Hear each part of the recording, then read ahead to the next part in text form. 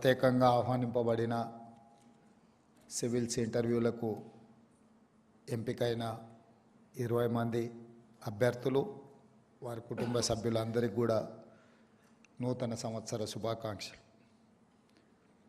ఈరోజు తెలంగాణ రాష్ట్ర ఏర్పాటు ప్రక్రియ గురించి నేను ప్రత్యేకంగా మీకు చెప్పవలసిన అవసరం లేదు. మొదటి తెలంగాణ ఉద్యమం పాల్వంచలు మొదలైంది ఉద్యోగ సమస్య మీదనే. మళ్ళీ తెలంగాణ ఉద్యమం తెలంగాణ రాష్ట్ర సాధన ఉద్యోగ సమస్యల మీదనే. తెలంగాణ యువత ఉద్యోగ ఉపాధి అవకాశాల కోసమే తెలంగాణ రాష్ట్రాన్ని సాధించుకోవడం జరిగింది.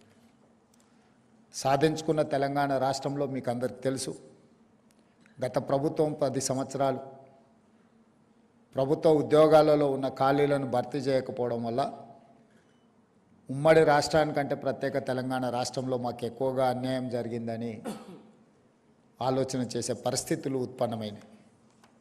అలాంటి పరిస్థితుల సందర్భంలో తెలంగాణ యువత సహకారంతో ప్రజాప్రభుత్వం ప్రజాపాలన ఏర్పడ్డది. అప్పటి వరకు ప్రగతి భవన్గా పిలువబడే ఈ ప్రాంగణం భారత పాకిస్తాన్ సరిహద్దుల మధ్య ఏ విధంగా ముళ్ళ కంచెలేసి ఎప్పుడు పహారాలు కాస్తూ సైన్యం మోహరించి ఉంటుండేనో, ఈ భవంతుల చుట్టూతో కూడా ముళ్ళ కంచెలతోటి అదే విధమైన పోలీసుల పహారాల చుట్టూత ఎప్పుడూ నిరంతరం కాపలా ఉంటుండే.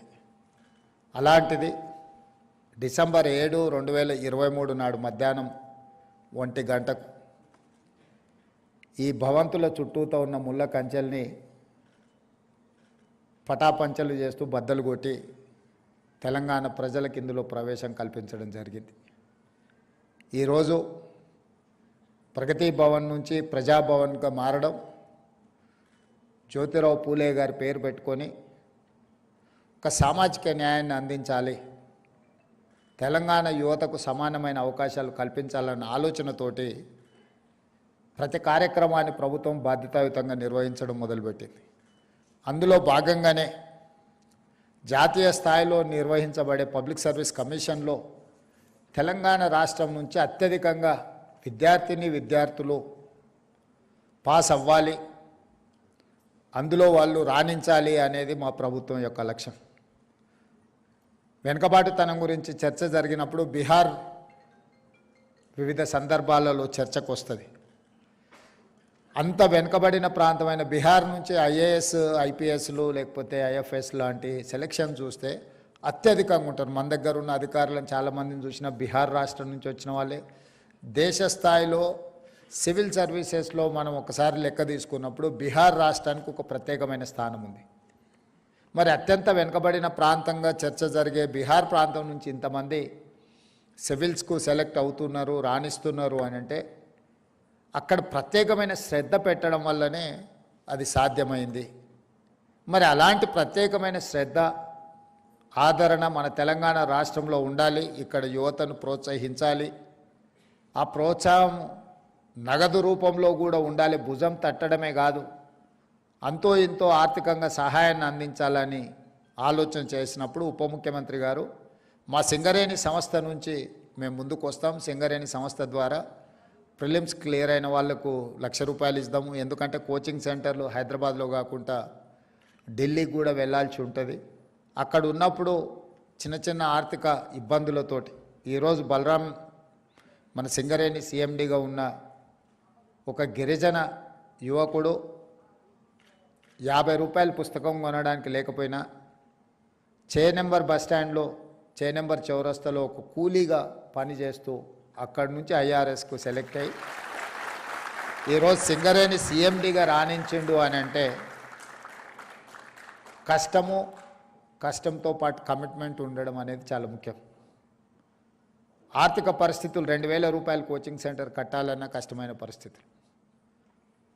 కాస్తో కూస్తో వెసులుబాటు దొరికితే చాలామంది ఆ విధంగా ఎంపికైన వాళ్ళు ఉన్నారు.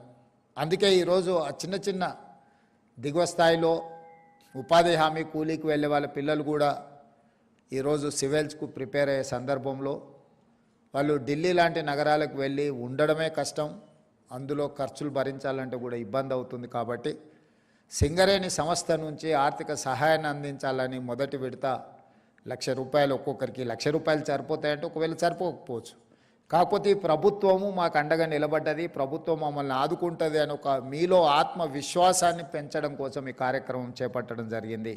అక్కడి నుంచి మెయిన్స్కి ఎంపికైన వాళ్ళు కానీ మెయిన్స్ నుంచి ఈరోజు ఇంటర్వ్యూలకు వెళ్తున్న వాళ్ళను కూడా ఒకసారి భుజం తట్టి మీ ఆత్మస్థైర్యాన్ని పెంచి ఢిల్లీకి వెళ్ళినప్పుడు చిన్న చిన్న ఆర్థికపరమైన ఇబ్బందులు మీకు కలగకుండా ఉండాలన్న ఆలోచనతోని ఈరోజు ఈ ₹1,00,000 నగదు మీకు ఇదొక బహుమతి, ఇది ప్రోత్సాహకం, ఇది ఆర్థిక సహాయం అనే దానికంటే కూడా మీరు సాధించిన విజయాన్ని గుర్తించి ఈరోజు ప్రభుత్వం మీకు ఈ ప్రోత్సాహకాలను ఇస్తున్నది. దీన్ని ఆలంబనగా చేసుకొని మీరు భవిష్యత్ కార్యాచరణను మీరు సిద్ధం చేసుకోవాలి. ఈరోజు మీరు టాప్ ర్యాంక్లో వచ్చి తెలంగాణ రాష్ట్రానికి వచ్చి సేవలు అందిస్తే మంచిది. ఒకవేళ మీరు ఇతర రాష్ట్రాలకు లేకపోతే జాతీయ స్థాయిలో కేంద్ర ప్రభుత్వంలో మీరుండి తెలంగాణ రాష్ట్రానికి అవసరమైన సహకారాన్ని అందిస్తే మరీ మంచిది. ప్రతి ఒక్కరూ ఈరోజు ఇంటర్వ్యూలకు వెళ్ళే 20 మంది కూడా సివిల్స్కు సెలెక్ట్ అవ్వాలని మా వైపు నుంచి సంపూర్ణమైన మద్దతు ఇవ్వడమే కాకుండా తెలంగాణ రాష్ట్రంలో మొదటి సంవత్సరంలో డిసెంబర్ 7, 2023 నుంచి డిసెంబర్ 7, 2024 ఒక్క సంవత్సరాన్ని కులబద్దగా తీసుకుంటే 55,143 ప్రభుత్వ ఉద్యోగ నియామకాలు మన ప్రభుత్వం చేపట్టింది.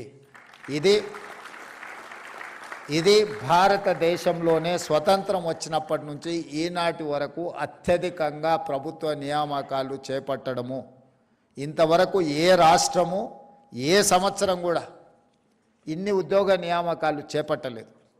10 సంవత్సరాలు పేరుకపోయిన నిర్లక్ష్యాన్ని, 10 సంవత్సరాలు కోర్టుల్లో నలిగిపోతున్న కేసులను పరిష్కరించుకుంటూ, పోటీ పరీక్షలను నిర్వహించుకుంటూ, అది పోలీసు నియామకాలు కావచ్చు, లేదా టీచర్ల నియామకాలు కావచ్చు, పారామెడికల్ సిబ్బంది కావచ్చు, ప్రతి శాఖలో సింగరేణిలో కూడా ఉన్న కారుణ్య నియామకాలు కావచ్చు, ఇలా చెప్పుకుంటూ వెళ్తే వివిధ శాఖలలో మొదటి సంవత్సరంలో నేను గర్వంగా స్పష్టంగా నేను చెప్పదలుచుకున్నాను, ఏ ప్రభుత్వము ఏ సంవత్సరము అమలు చేయని విధంగా మొదటి సంవత్సరంలోనే 55,143 ఉద్యోగ నియామకాలు చేపట్టడం ద్వారా దేశానికే తెలంగాణ రాష్ట్రం ఆదర్శంగా నిలబడ్డదని చెప్పి నేను ఈ సందర్భంగా చెప్పదలుచుకున్నాను.